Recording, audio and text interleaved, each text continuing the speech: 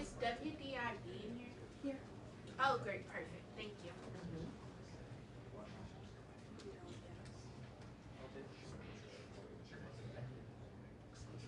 Yeah.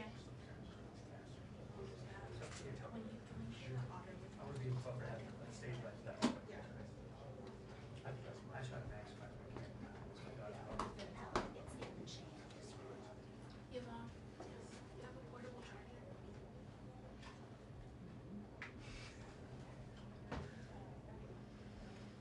Fully did.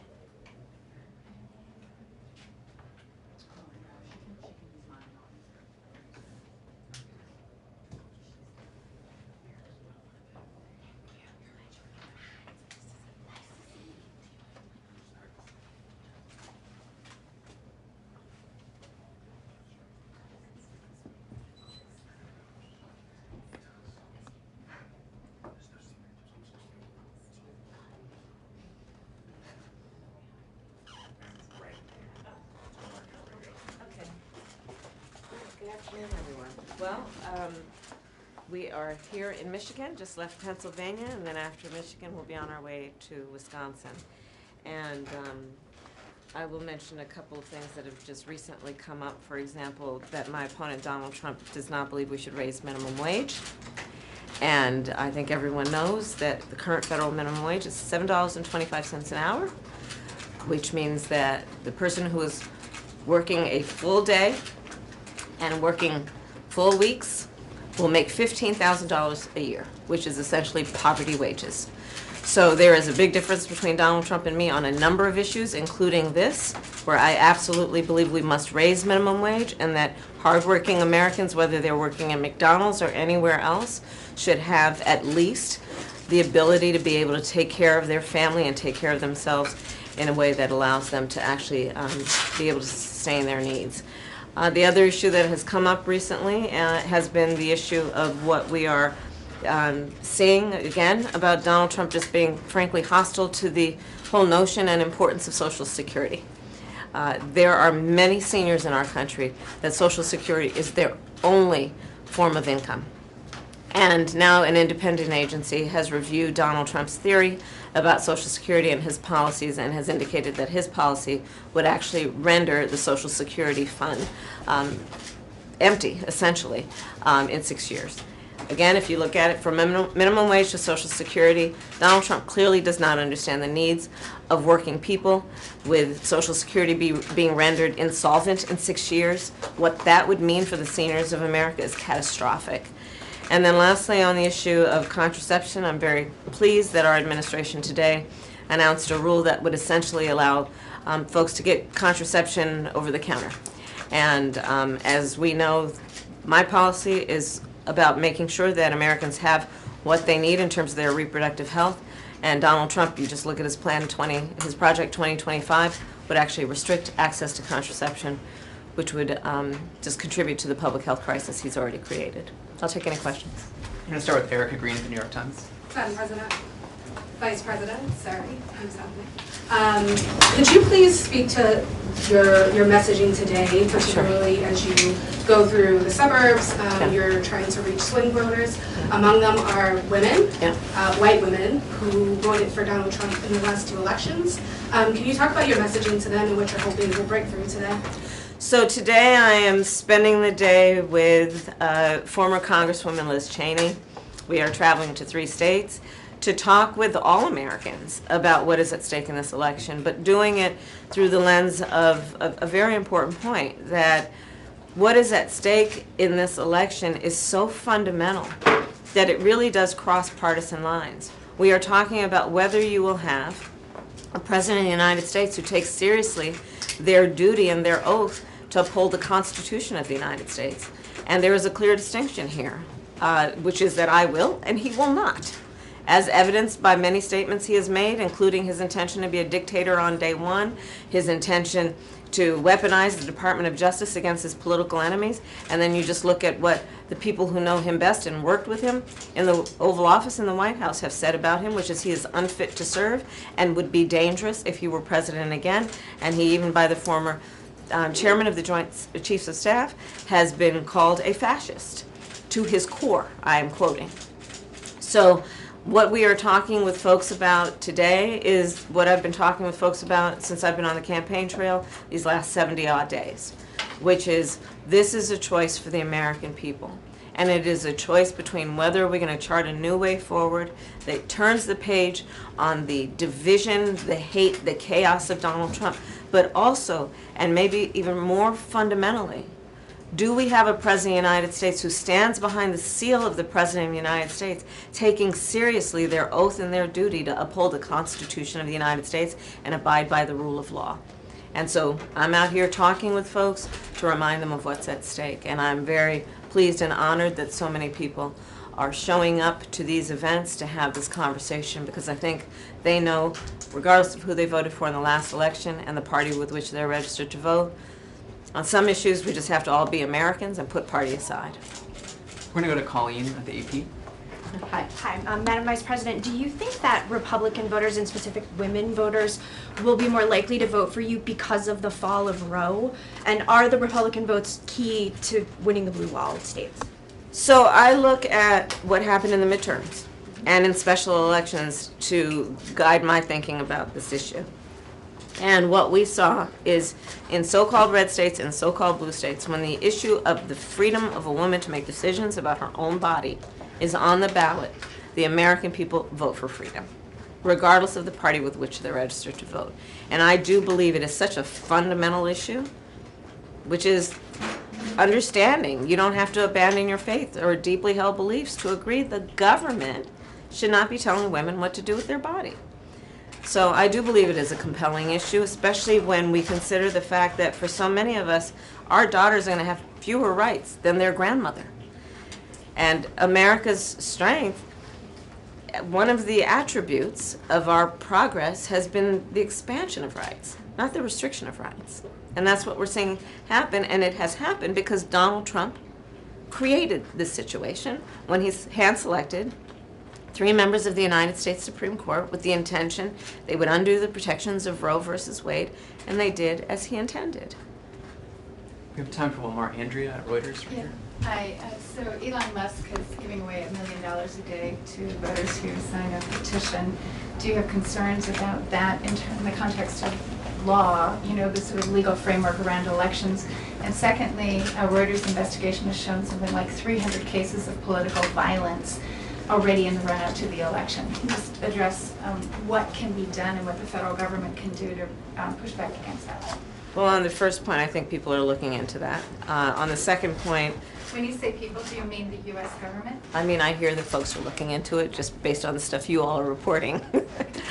On the second point, there should be no place in America where we are seeing political violence. And sadly, we have seen, if we just look back to January 6th, when that occurred in a way that was most shocking and brought on because, of course, of Donald Trump, who incited a mob, a violent mob, that attacked the United States Capitol, wherein over 140 uniformed law enforcement officers were injured and some were killed. And where Donald Trump has still yet to acknowledge the travesty of that day and the political violence that occurred that day.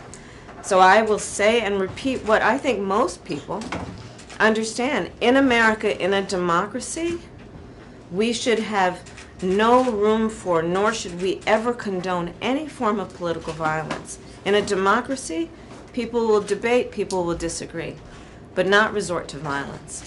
And everyone should speak out about that, including and especially anybody who's running for President of the United States. Thank you, All Madam right, Vice thank you all. Just hold down. We're gonna hold for a second.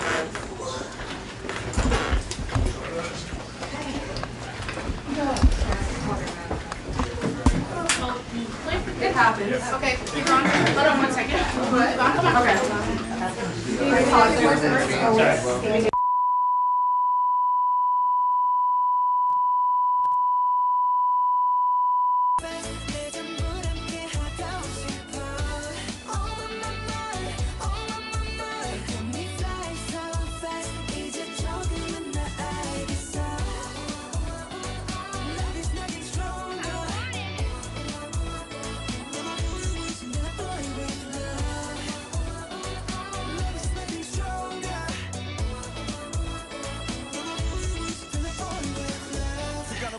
yeah. 나도 모르게 힘이 들어가기도 했어. 높아버린 sky 커져버린 헛 때론 도망치게 해달라며 기도했어. 너의 상처는 나의 상처 깨달았을 때 나 다짐했던 건 네가 준 이 그 후스의 날개로 태양이 아닌 너에게로 Let me fly.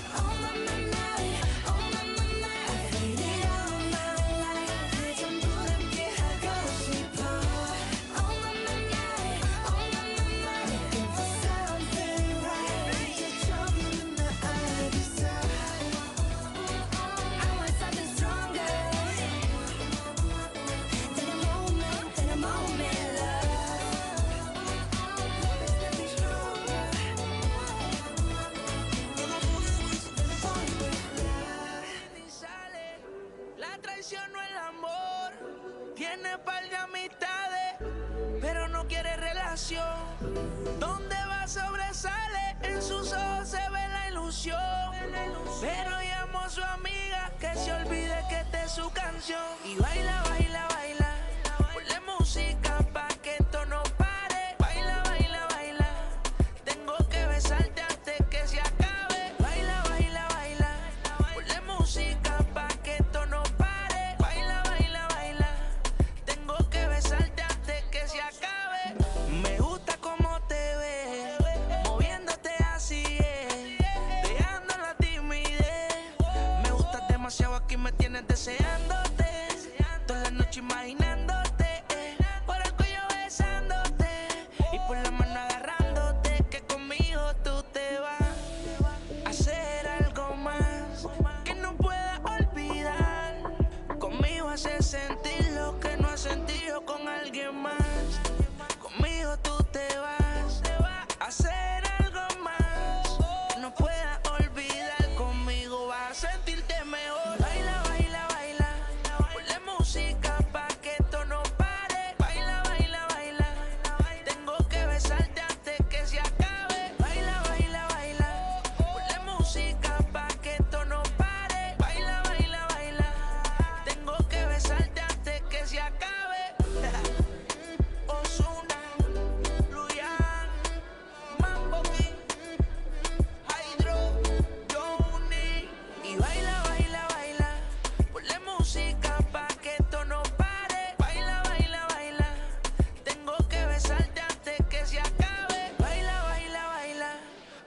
Música pa' que esto no pare. Baila, baila, baila, tengo que besarte antes que se acabe.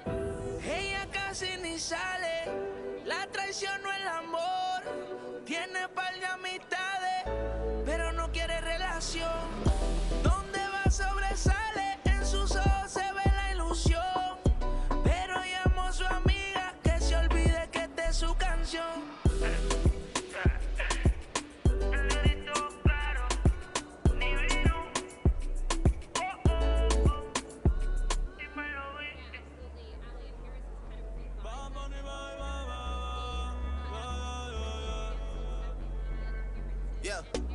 Todos están pendientes a ti, pero tú puesta pa' mí, haciendo que me odien más, porque todos te quieren probar.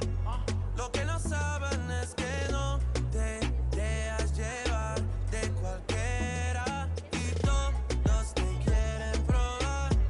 Lo que no saben es que hoy yo te voy a buscar. Dile que tú eres mía. Tú sabes que eres mía, mía. Tú misma lo decías cuando yo te lo hacía.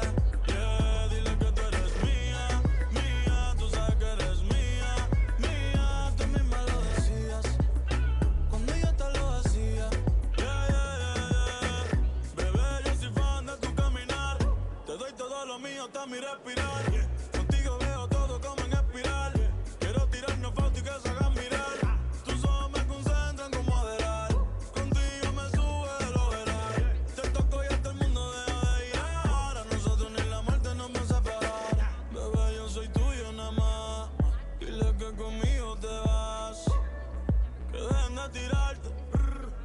Y nadie va a tocar. Dile que tú eres mía, mía. Tú sabes que eres mía, mía. Tú misma lo decías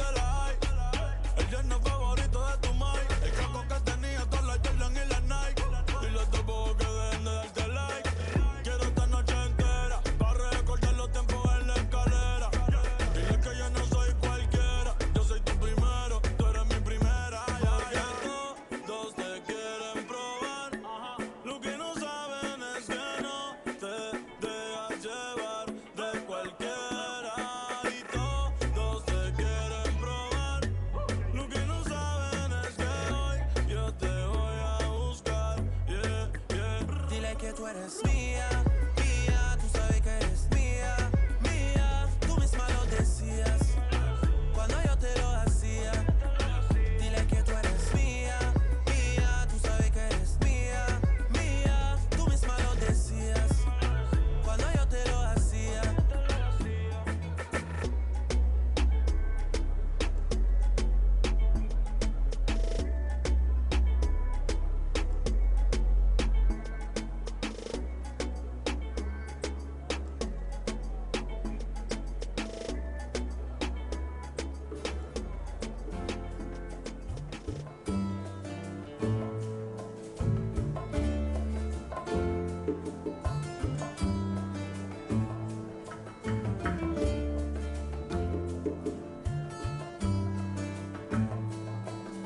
De Alto Cedro voy para Marcané, llego a Puerto voy para Mayarín.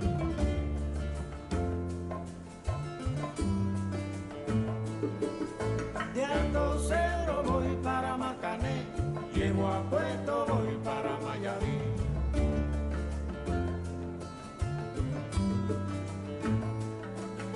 De Alto Cedro voy para Marcané, llego a Puerto voy para Mayarín.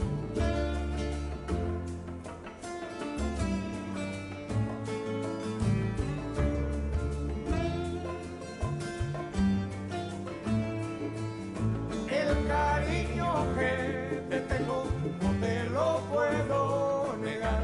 Se me sale la babita, yo no lo puedo evitar.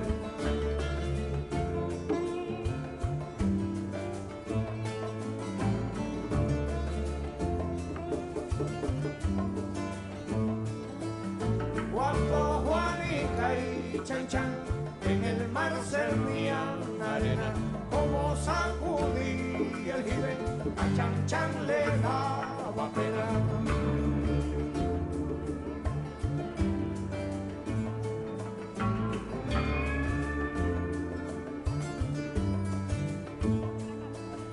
Limpia el camino de paz, que yo me quiero sentar en aquel tronco que veo y así no puedo llegar.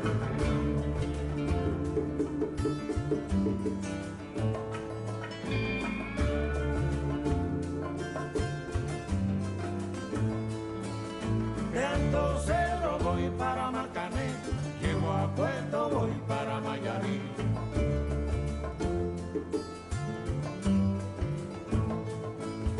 De Alto Cedro voy para Marcané, llego a Puerto voy para Mayarín.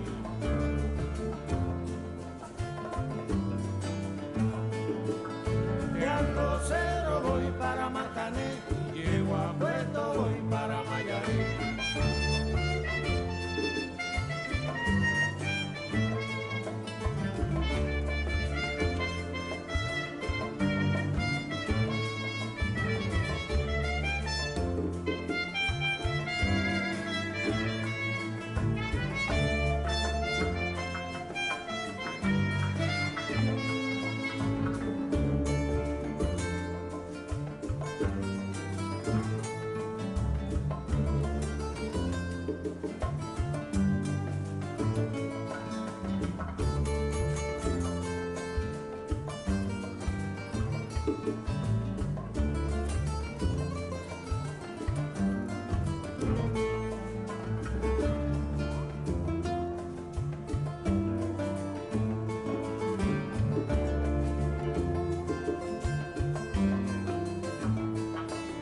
De Alto Cedro voy para Marcané, llego a Puerto voy para Mayarín.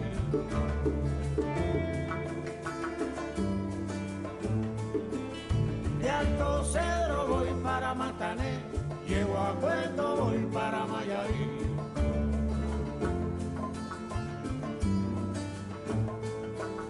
De Alto Cedro voy para Marcané, llego a Puerto voy para Mayarín.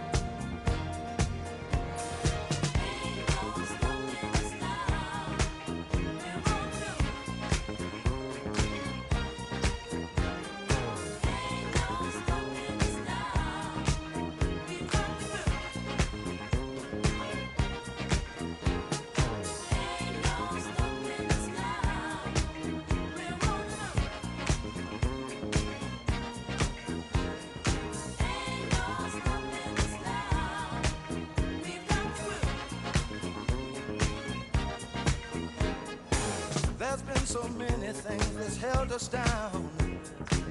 But now it looks like things are finally coming around. I know we've got a long, long way to go. And where we'll end up, I don't know. But we won't let nothing hold us back. We're putting our show together. We're polishing up our act. And if you've ever been held down before, I know you refuse to be held down anymore. Well, don't you let nothing, nothing stand in your way. I want y'all to listen, listen to every word I say, every word I say. Ain't no stopping us now. We're on the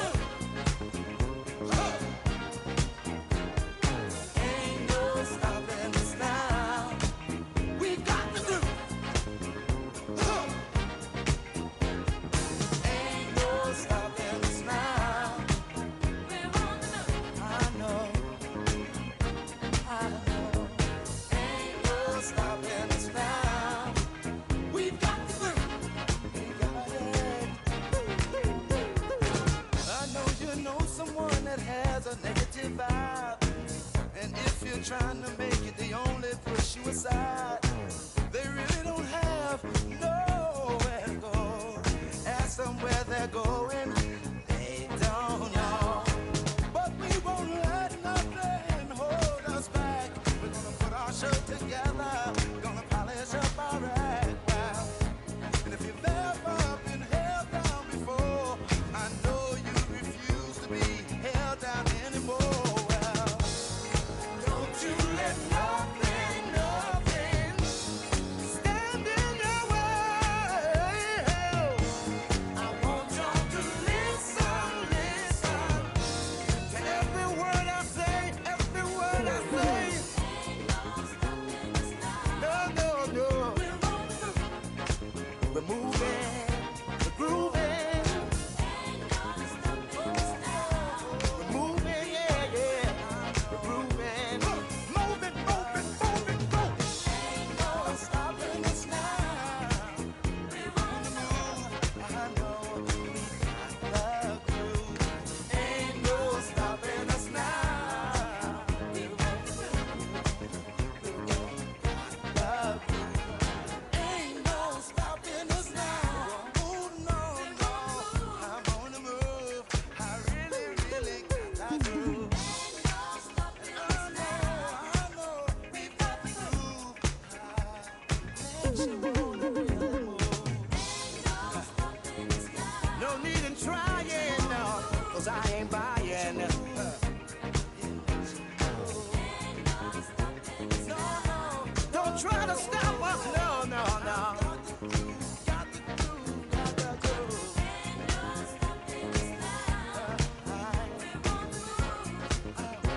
I really, really got that groove. No need in denying. Well, I ain't lying. I know. It's been far too long. Well.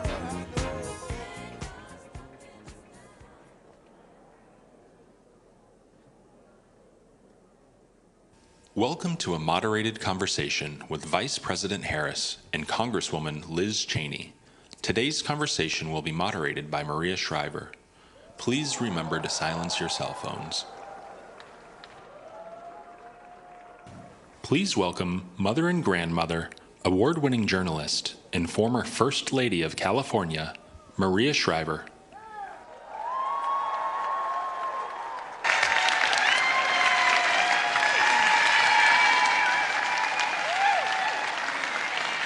Thank you. Thank you. Hi, Michigan. Hi, Michigan. So, thank you for that beautiful welcome. I wanted to introduce myself. I'm Maria Shriver, and as you heard, I'm a mom. I'm a Mama G. I'm a businesswoman, and I'm a journalist. Yeah. I was raised in a very prominent Democratic family. I married a Republican. I served as a Democratic First Lady in a Republican administration in California, so I get this bipartisan thing. I've seen it up close. And now I'm a proud independent. But perhaps best of all for all of you, what I'm really proud of is to be the mother of a graduate of the University of Michigan. Go Blue!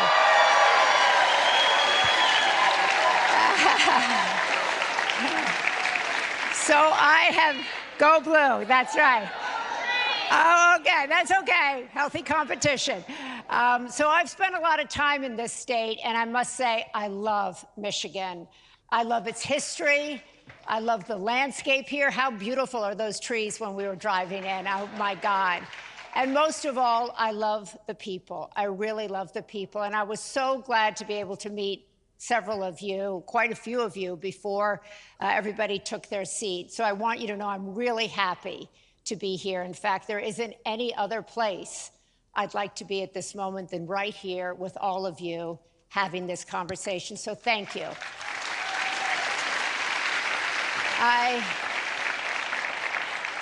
Now, I know you're in a swing state, so you've had it up to here. You've been inundated with ads, with texts, with phone calls, with people knocking on your door, and you are exhausted.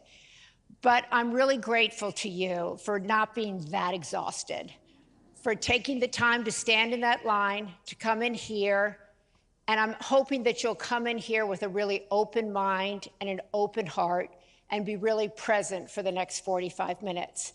Because what you're going to see on this stage is historic. As I said, I grew up in a political family, and people of both parties used to get along really well. They used to work for the common good. They used to compromise, and that was an example that they set. And now you're getting to see it in real life because we haven't seen it in decades. And so that's why I'm here. I'm here to witness this, to facilitate this conversation. I'm here as a journalist, but I'm really here as a concerned citizen. And I'm really happy to be here. And so I know all of you are looking forward to hearing from both of these extraordinary women. They're both incredible. And so I want to begin by getting going. We have some questions from the audience that we will get to. I have a few questions. As I said, I went around to meet several of you, and I heard some questions that some of you had. But universally, many of you said, the reason I'm here is to see bipartisanship. I want to see what it looks like so I can go home with information. So you're going to get that, okay? So let's get going.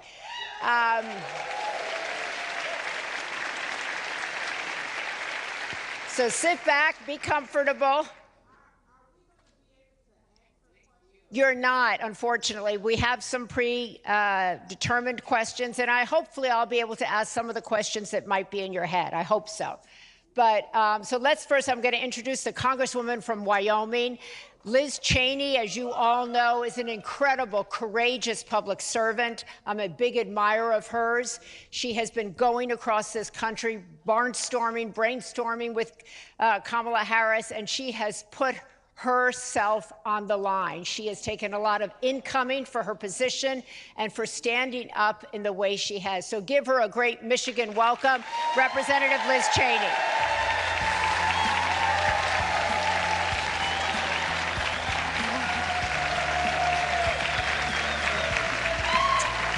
That's right, stand up, woo!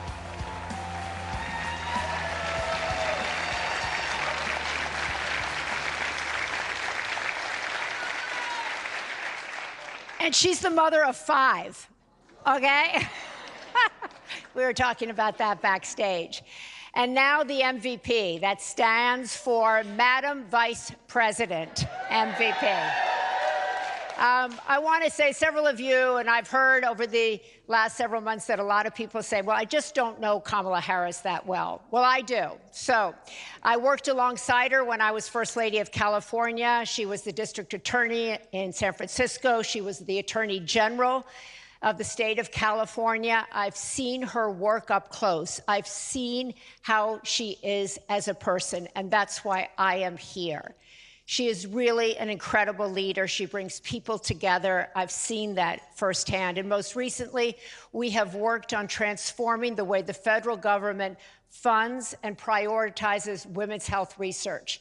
For the first time under her leadership, we are prioritizing the way women will get facts about their health and research. So if you have endometriosis, yes. Probably that means something to every woman in this audience, because too many women in this country go to the doctor and they don't have any information about maternal health, about endometriosis, osteoporosis, perimenopause, menopause, Alzheimer's, MS, you name it.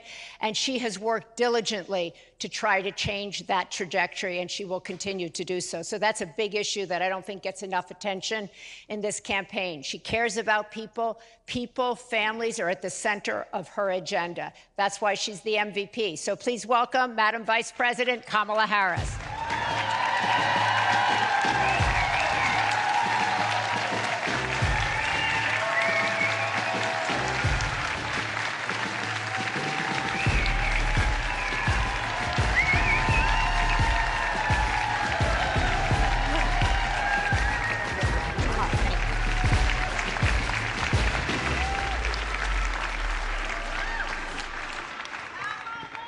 Okay, here we go. Sit back. We got 40 minutes, and we're going to move quick, okay? So I want this to be like a kitchen table. Like, just think that we're sitting around the kitchen table, and we're jamming about all kinds of stuff. That's the feeling I want to have at this. This is like a Kennedy family kitchen table. Yeah. But most people don't have this many. That's right. It's raucous, it's hot, but it's fun. That's what it's going to be like. So this, as I was saying before both of you walked out, this is historic. So I hope everybody takes this in for a minute. To have a leader of the Republican Party and the Vice President of the United States. So let me begin with you, Madam Vice President. Did you ever think in your wildest dreams that you would be running for president alongside Liz Cheney, who'd be advocating for you, campaigning for you, a member of an opposing party, putting herself on the line for you? So let me just start by thanking everyone. Thank you all for taking time out of your busy lives to be here and have this conversation. And I think we are all here together because we have many things in common. First and foremost, we love our country. Ooh. We love our country. You know, so Maria, perhaps not, but perhaps not. But let me say this. So you mentioned, you know, my background. So I started my career as a prosecutor. And most of my career has been spent outside of Washington, D.C., not in Washington, D.C. And for most of my career, let me just tell you, I never once asked a victim of crime, a witness, are you a Democrat or are you a Republican? Never. It would have even occurred to me to ask that. What I did ask everyone, are you okay? And when I think then about what is at stake in this election, I think that's the biggest question. And it is a moment where, born out of our love of our country, born out of, for me, having taken the oath of office to the Constitution of the United States at least 6 times, I believe what is at stake in this election is so fundamental for us as Americans. And it is about, do we take seriously the importance of a president who obeys the oath to be loyal to the Constitution of the United States? Do we prioritize a president of the United States who cares about rule of law, much less the spirit with which they approach this most powerful position? There's so much about this last era.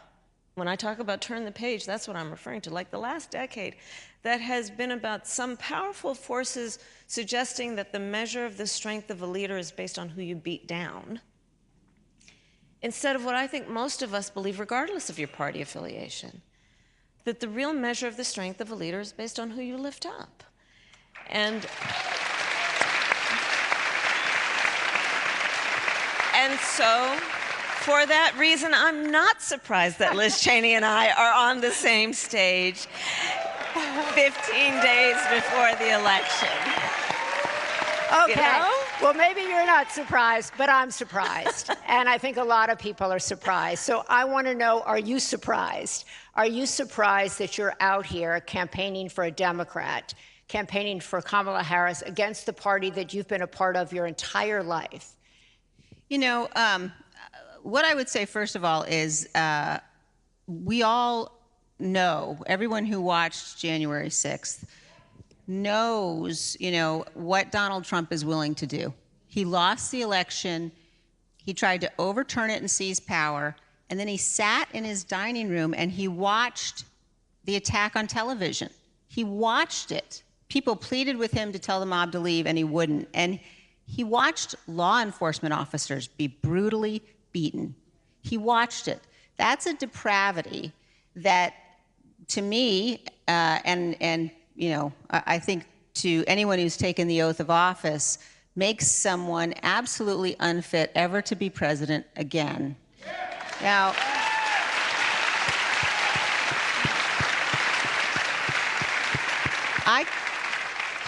I could have just said, you know, I'm going to do everything I can to work against Donald Trump. And there are a lot of Republicans who have said that. I have decided, and I am very proud and I'm honored to have made the decision to endorse Vice President Harris. And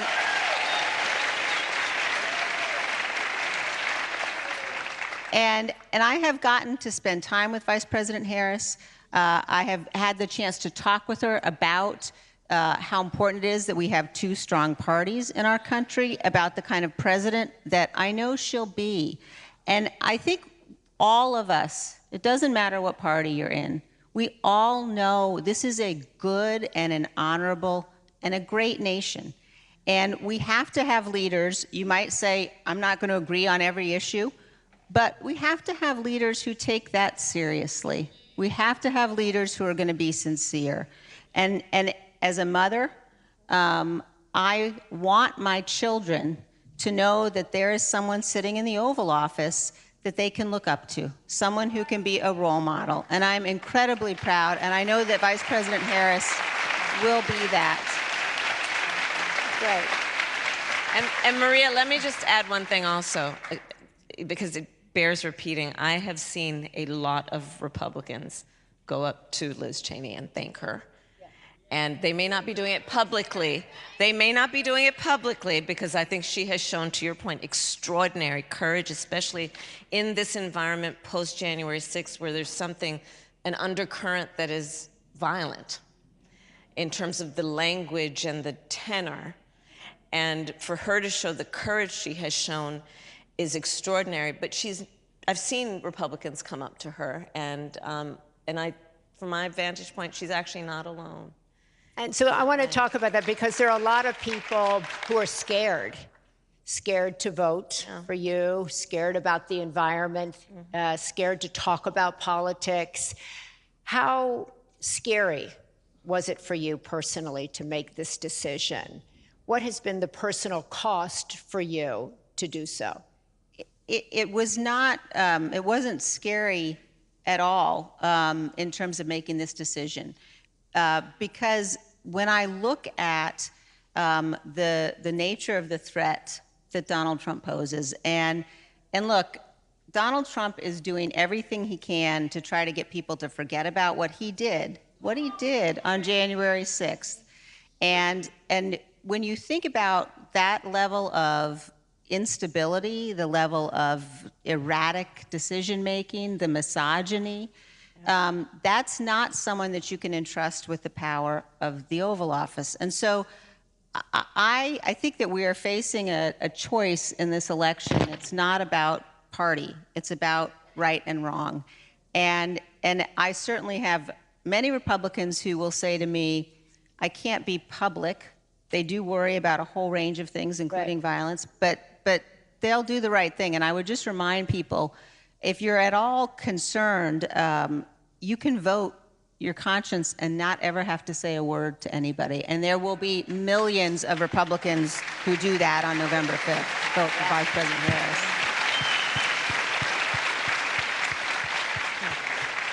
I love that you said you weren't scared at all, because most people will talk today about I'm afraid to say anything on social media. I'm afraid to speak in my place of worship. I'm afraid to speak where I work. I'm afraid. How are you not afraid? Well, I think that the point you're making is a really important one. Think about what's happened in our country. The level of vicious, vitriolic attack. That, you know, when Donald Trump says that his political opponents are the enemy within, and when he contemplates deploying force against them, the response that we all have should not be to be so afraid we don't act. It should be vote him out, defeat him, vote for Vice President Harris. And Maria, I'm going to add to that. Yeah. I would add to that an additional point, which is, and don't think it's a sick sense of humor and relegate it to simply being that. You know, I've said many times, I do believe Donald Trump to be an unserious man, but the consequences of him ever being in the White House again are brutally serious. And take it from the people who know him best. His former chief of staff, when he was president, 2 former defense secretaries, his national security advisor, and of course his vice president, who have all in one way or another used the word that he is unfit to be president again and is dangerous. Listen to the report that what his former chairman of the Joint Chiefs of Staff, a general, said about him, that he is fascist to the core. And these are people who were in his administration, who worked closely with him in the Oval Office and the Situation Room. And so I would caution us also to, you know, because some people find it humorous what he says and think it's just silly, but understand how brutally serious it is. Well, the courts will take care of that. We'll take care of November. Yes. We'll take care of November.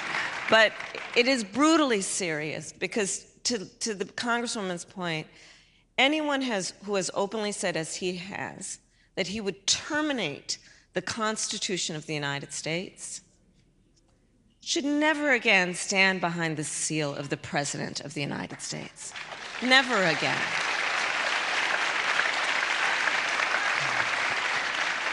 So, Madam Vice President, I wanted to ask you, several people that I talked to in preparation for this, when I asked them, they said, well, I want to vote for the Vice President, but I just don't feel like I know her.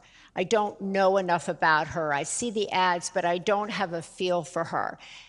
What are 3 things you can tell this audience about you that aren't in your ads, that people aren't telling people on the robocalls, that perhaps they just wouldn't know, that might give them a feeling for who you are as a woman? How much time do we have? We're at the kitchen table. I have lived a full life.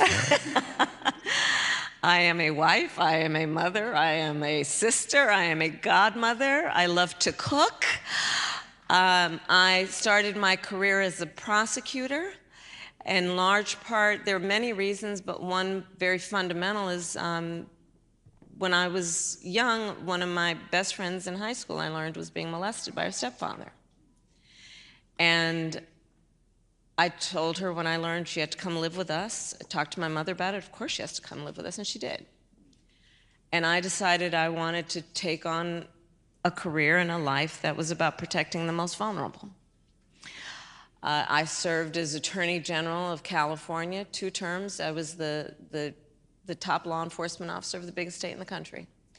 And doing that work, it included prosecuting transnational criminal organizations for the trafficking of guns, drugs, and human beings. I did the work of taking on the big banks during the foreclosure crisis and delivered $20 billion for homeowners who had been targeted with predatory lending practices. I took on the big pharmaceutical companies on behalf of consumers. As Vice President of the United States, my priorities have been many, including, to your point, the work that you and I have done over the years, focusing on women's health. One of my priorities has been maternal mortality. But I I have only had one client in my career, the people. And my belief is that there is great nobility in public service if one understands that they hold the office in the public trust. It is not about personal power. It is about what you can do that lifts up the condition of people. And there is so much about how I think about my responsibility, and I'm here to ask for your vote, is that I intend to be a president for all Americans, understanding that the vast majority of us have so much more in common than what separates us. And this era that was kind of initiated by Donald Trump has not only been exhausting, it has been harmful to us as a nation. The notion that a president of the United States would encourage Americans to point fingers at each other, that there would be a suggestion that we are a divided country, that instead of knowing we have so much more in common than what separates us. I have, as vice president, met over 150 world leaders, presidents, prime ministers, chancellors, and kings. My most recent overseas trips as vice president, which were relatively close to then the election, our allies have expressed real concern. I've shared this before, but when we walk in a room representing the United States of America, we should walk in that room, especially leaders, chin up, shoulders back, knowing that we have the self-appointed and earned authority to talk about the importance of democracy and rule of law. But the thing about being a role model, this is all role models who are here, people watch what you do to see if it matches up to what you say. People around the world are watching this election, I promise you. And my one fear I have is I hope and I pray that we, the American people, understand not only what is at stake for us in this election, but how much we mean to the rest of the world. There is so much at stake in this election. Liz Cheney, tell us real quick, I want to get to our first question, but you've been traveling with the vice president, you've been working with her, you've been spending human time with her. Tell the audience what you see that perhaps the camera doesn't get, or the ad doesn't get, or the ads don't get, so that they can get a sense of her that you have. Well, I think that what I could tell you is that what the vice president is saying about wanting to be a president for all Americans, caring deeply about this country, those are things that come across very, very clearly and very directly. And look, I'm a conservative. The very first campaign I ever volunteered in was for President Gerald Ford in 1976. And ever since then, I have been voting for Republicans. I've never voted for a Democrat.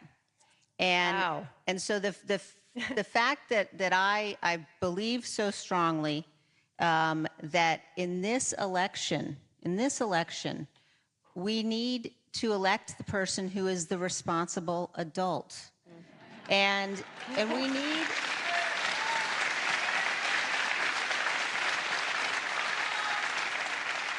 And there is a lot, both parties do it. There is a lot of vilification that goes on. Yeah. And I think it's really important for people to think very carefully about the power that we're going to invest in the President of the United States and what it would mean to give that power to Donald Trump. Don't take my word for who he is. Listen to him every day. Look at what he did. Remember that the people, as the vice president said, who are opposing him are the people who know him best, the people who worked most closely with him. And so I would just say I know that the vice president has had the range of experience, as vice president, as senator, as attorney general of California.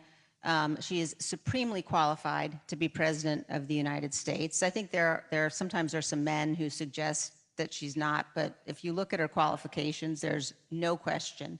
And that she's somebody that I know I can count on who will put the good of this country first. There's just no question. Okay. I want to go over here to Cecilia. Cecilia Borland, can you stand up? You have a question. Cecilia grew up in Birmingham, Michigan, which was a Republican stronghold as she grew up. She now lives with her husband. They're raising 2 children in Berkeley, Michigan, and she's here with a question for the Vice President. Thank you both for coming to Michigan today for this important event. I'd like to start by saying personally, thank you, Representative Cheney, for to you and your father for exemplifying putting country over party.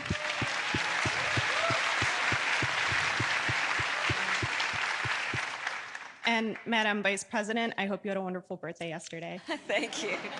Thank you. From the shootings at Oxford High School to my alma mater, Michigan State University, to an attack at a kid's splash pad this summer, just a few miles away from here, the issue of gun violence hits very close to home for our community. Just yesterday, I learned from our school district that my preschooler will be going through his first active shooter drill this week. Yeah. As a gun violence survivor and mother of 2 young children, the issue of gun violence and the safety of my children in their schools and in our community is my top priority. Madam Vice President, if you are elected president and there is a Republican majority in Congress, how will you work with them to make impactful and immediate progress around gun violence, especially in our children's schools? Right. Thank you, Cecilia. And thank you for your courage to speak up about this. So, well, we have done it actually in the last 4 years. We had a bipartisan group of folks in Congress who came together for the Safer Communities Act, which is the first meaningful piece of gun safety legislation in 30 years. And so it's a good step, and it really does tell us that we have a will within the United States Congress to work in a bipartisan way. And then Congresswoman Cheney was one of those Republicans that actually voted for it. This is how I think of the issue, and it is through the lens of many experiences, including, I'm so sorry about your kids going through active shooter drills. Our kids did. It's traumatic. That our children, you know, growing up, I'll speak for myself, we had fire drills. Yeah. Right? Our children are now learning how to keep themselves safe if there's an active shooter at their school. I did a tour last year of colleges with college-aged kids, so I also did some trade schools. And I would ask the auditorium would be packed, college-age kids, and I'd ask them, raise your hand if at any point between kindergarten and 12th grade you had to endure an active shooter drill. Almost every hand went up. Our kids are growing up where they are learning that they may be unsafe in the classroom, where they should be absorbing the wonders of the world.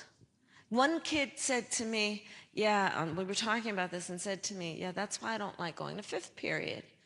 I said, why, sweetheart? Why don't you like going to 5th period? Because in that classroom, there's no closet in which to hide. So when we think of this issue, we must also consider the trauma, that is, the direct trauma for those who have been directly affected by gun violence, including that to our kids who are in schools across our country doing this, not to mention their teachers who want to teach and not also have to worry about, will they be able to physically protect a child from a bullet? Here's how I think about it in terms of the macro point. We have been pushing as a country, I think, a false choice that suggests you're either in favor of the Second Amendment or you want to take everyone's guns away. And that's a false choice. I'm in favor of the Second Amendment. I have talked about the fact both Tim Walz and I are gun owners. I also believe we need reasonable gun safety laws, assault weapons bans, red flag laws, universal background checks. And reports say that the majority of NRA members agree on, for example, universal background checks. What is a universal background check?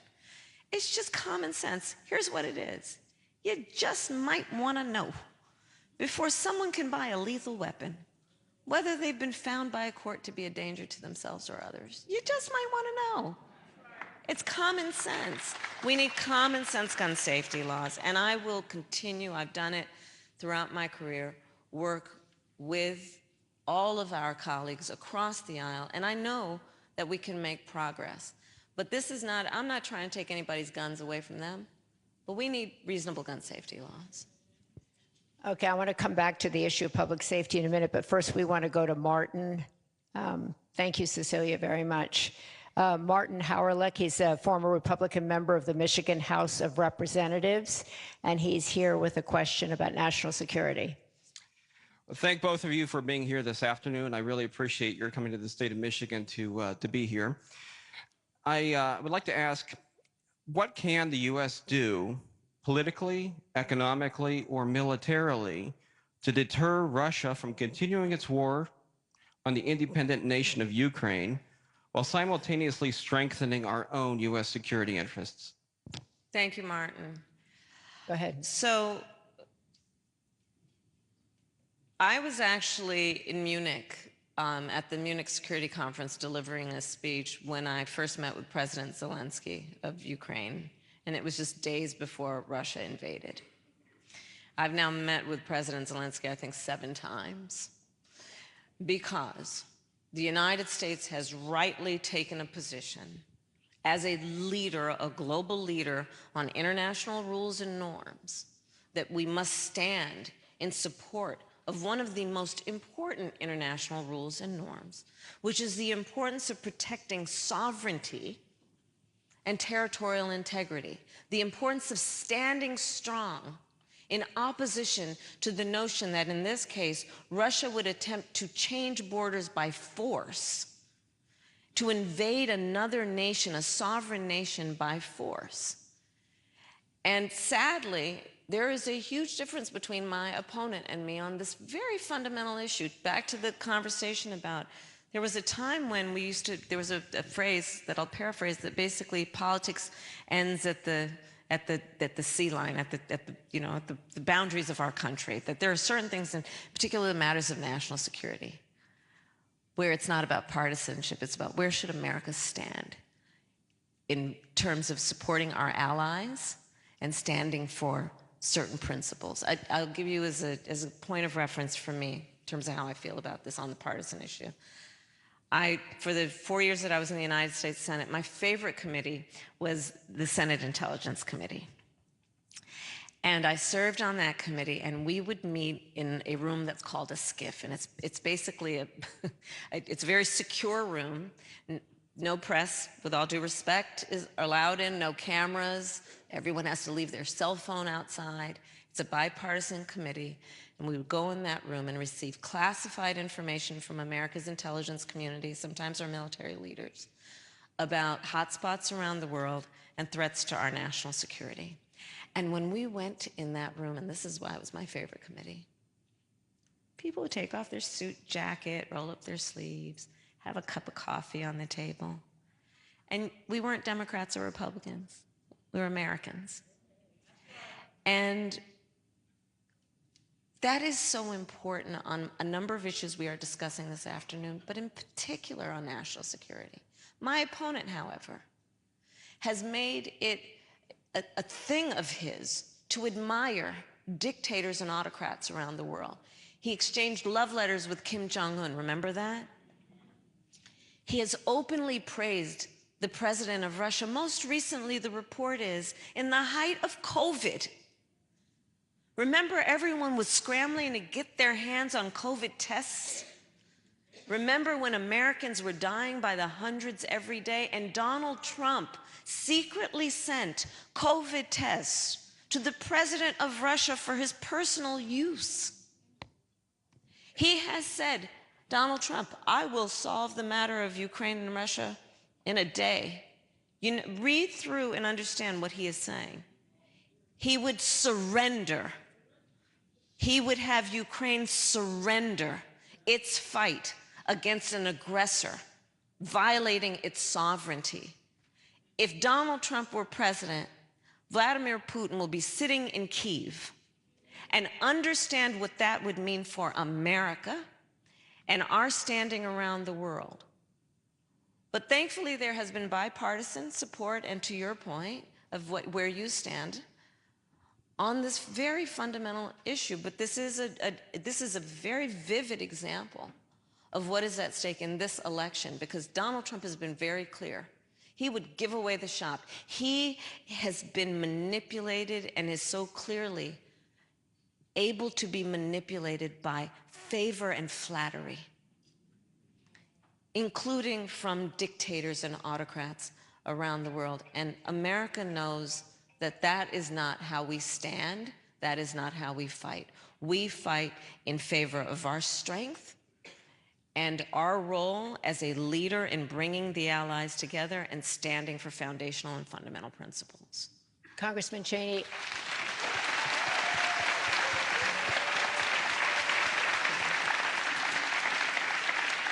I know kind of the issue of national security is one of the big reasons you're here and supporting the Vice President. Can you expand on that answer and add your thoughts to it? Yeah, you know, I think that if you look at where the Republican Party is today, there's been a really dangerous embrace of isolationism, a dangerous embrace of tyrants. The president, you know, even just today, he heaps praise on the world's most evil people while he attacks, you know, with venom his political opponents here at home. And, you know, the reality is that since the end of World War II, America has led, and we've led, and that has been necessary to defend our freedom. And we can't do it by ourselves, though. We need our allies. And when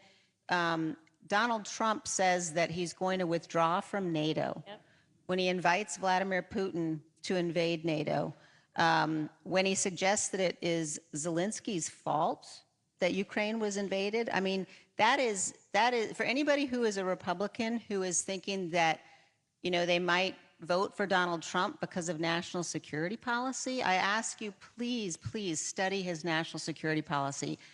Not only is it not Republican, it's dangerous. And without allies, America will find our very freedom and security challenged and threatened. And one final point on this, don't think that Congress can stop him.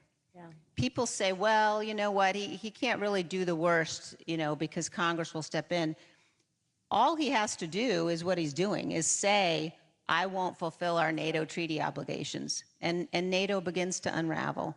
So it is an incredibly dangerous thing to think about a foreign policy, a national security policy led by somebody who is as unstable as Donald Trump is, and it's a risk we just simply can't take as a nation. And I'm going to add for emphasis that let's also be clear about, on this subject specifically of Ukraine, Donald Trump's approach would be to surrender. Understand what that would mean. That is signaling to the president of Russia he can get away with what he has done. Understand, look at the map. Poland would be next. NATO, our allies, are the reason that they have been so thankful for the position of strength we have taken in bringing the allies together, is because they are fully aware of and remember, to the Congresswoman's point, World War II. Remember, this concept of isolation, we were once there as a nation, and then Pearl Harbor happened. Let's remember recent history. Europe remembers it well. Then when we got attacked, Pearl Harbor, we jumped in. And it is because America jumped in that we were ultimately able to win that war.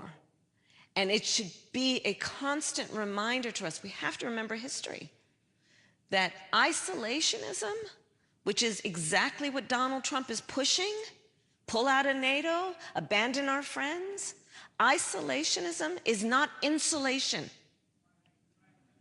It is not insulation. It will not insulate us from harm in terms of our national security. So I say that to emphasize a point that the Congresswoman made, and the other point I'd make is also check out where he's been on how he thinks about America's military and service members.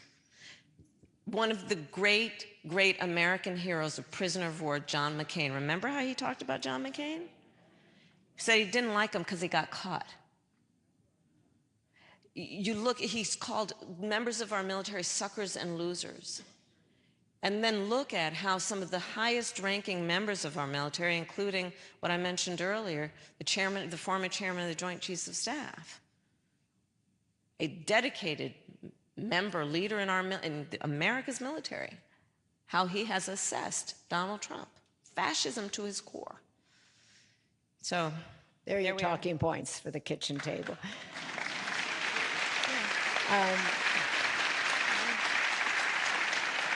Our final question is from Courtney. Courtney, can you stand? Courtney Cabrera Agruza is a wife, a mom, an attorney, and she's a proud Chaldean, and she is here with a question. Courtney.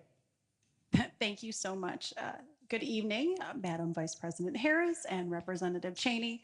My name is Courtney Cabrera Agruza, and I am a first-generation Chaldean American. Chaldeans are indigenous Iraqis who are Catholic, and we are predominantly in the Metro Detroit area. Chaldeans are a very close-knit community, but the recent political climate has really begun to divide us. While I know that you have discussed several bipartisan proposals over the course of your campaign, what would you say to people like myself who are part of these traditionally conservative communities who want to move forward but are feeling the pressures of the political divide? Thank you. And I've actually met with members and leaders in the Chaldean community, and thank you for being here. You know, I think that there is something at stake that is about core values as well as what is at stake in terms of the risk and the danger. And I would offer you an example of what I think would be an important issue that would affect the Chaldean community and all Americans. For example, the issue of how we think about healthcare in America. So I know enough about the culture and to know that it is reflective of who we are as Americans in general. We respect our elders. We take care of them. So I will share with you a specific proposal that is an extension of how I think about things. Personal story, I took care of my mother when she was sick. And for anyone taking care of or who has taken care of an elder relative, you know what that is. It's about trying to cook something they feel like eating. It is trying to find clothes that don't irritate their skin or help them put on a sweater.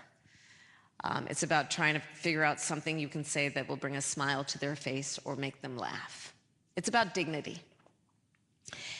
And we now have, in particular in our country, a lot of people doing that and also raising young kids. We call them the sandwich generation, right in the middle. It's a lot. And the way the system currently works, well, God willing, you may have enough resources, you can hire somebody to come in and help.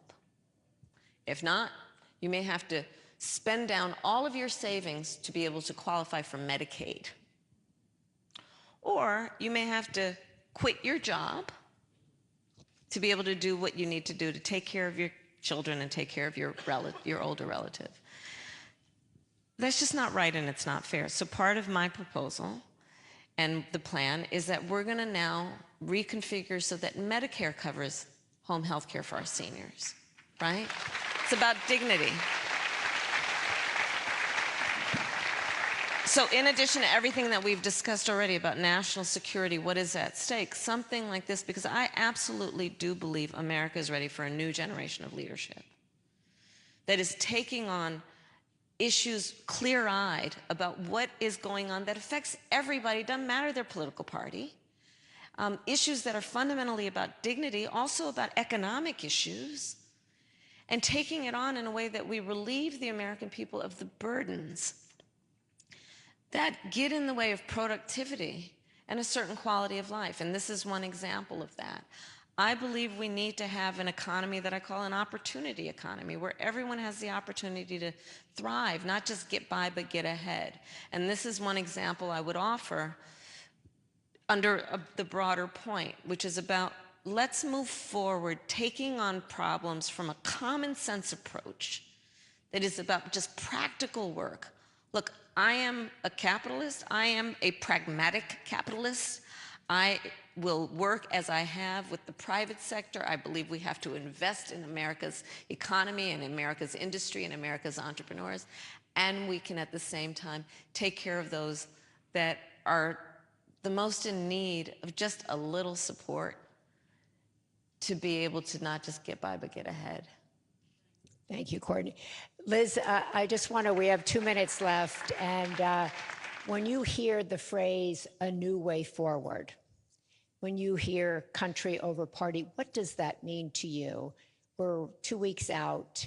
What does a new way forward mean for families like everybody here, for your children, my children, everybody's children, young men? Yeah, you know, what is it like? I think that you know, we're at a moment now where, when you think about America and the beacon of hope that we have been for so many years, for so many communities, also how tremendously enriched we have been by communities, immigrants who want to come here and build a life, all of that depends upon fundamentally defending the rule of law, fundamentally defending our Constitution. That's what makes all of our opportunity and our freedom possible. And at the same time that we're that beacon for the world, you know, it's also because we're a good nation. Yeah.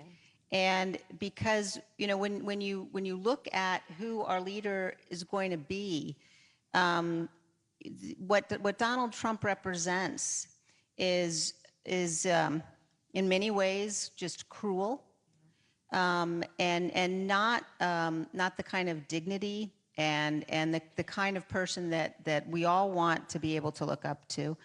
But what I would say is that if people are uncertain, if people are thinking, well, you know, I'm a conservative, I don't know that I can support Vice President Harris, I would say, I don't know if anybody's more conservative than I am.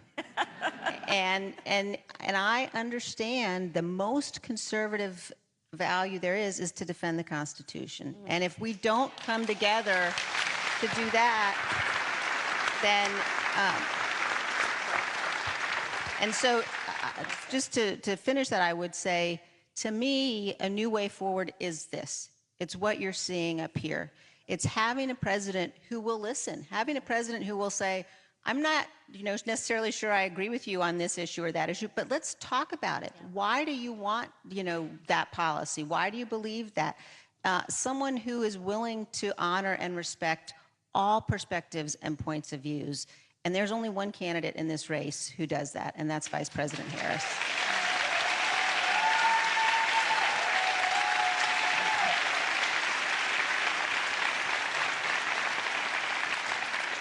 In fact, a lot of polling of undecided voters who call themselves the exhausted majority said, I just want leaders who listen to one another. I just want leaders who speak respectfully to one another. I want to see decency. I want to see people I can look up to. And unfortunately, that's considered a new way forward, as Representative Let's Cheney. do that. Let's do that. Yeah, let's do that. We Let's should make do that a way forward. The final word, Madam Vice President, you know, everybody I talk to says, you know, I have to turn off the news. I can't read anything. I'm meditating. I'm doing yoga. I'm so anxious. I just don't even know. I'm eating gummies, all kinds of things, you know. What are you doing? What are you doing? Not eating gummies.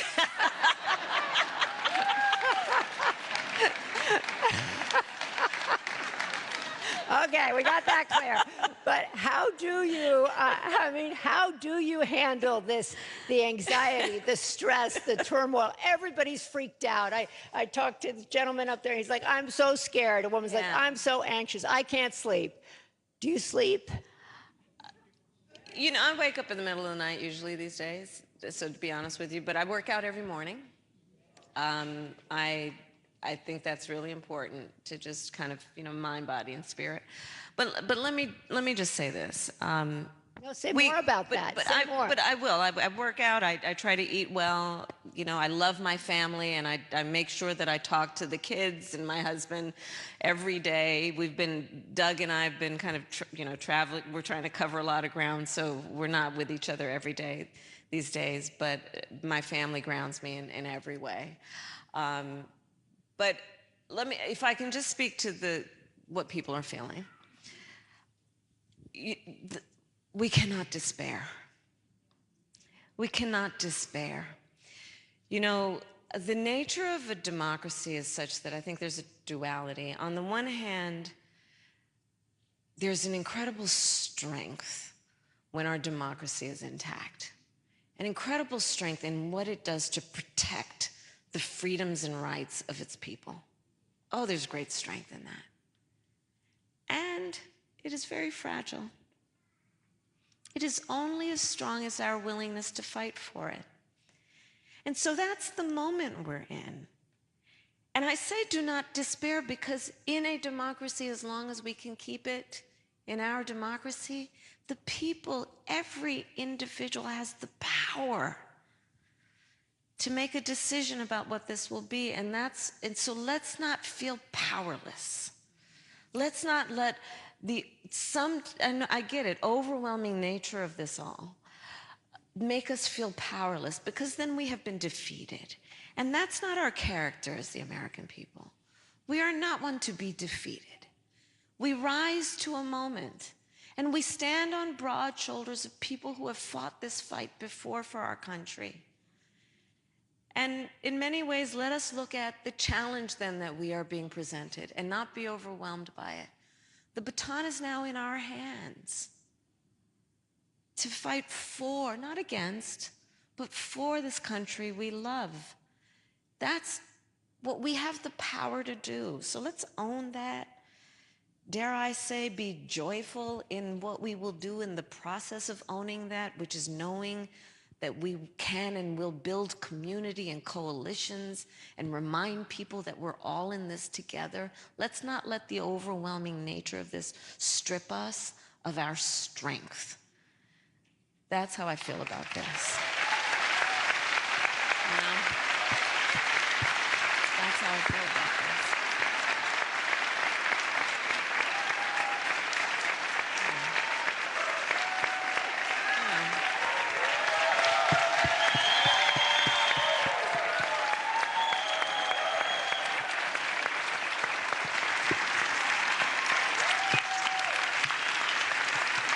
So I want to thank everybody here. You heard from the Vice President, from Congresswoman Cheney, do not despair. I think you got a great glimpse into who this woman is, what brings them together, why they're here, why they want to earn your vote, why they wanted to speak with you today. And I want to leave you with this quote from Ralph Waldo Emerson that I think speaks to this moment. It says, "Whatever course you decide upon, there is always someone to tell you that you're wrong. There are always difficulties arising which tempt you to believe that your critics are right. To map out a course of action and follow it to the end requires great courage." So I leave you with that. All of you are courageous people. Do not despair. Thank you so much for spending your time. Bravo.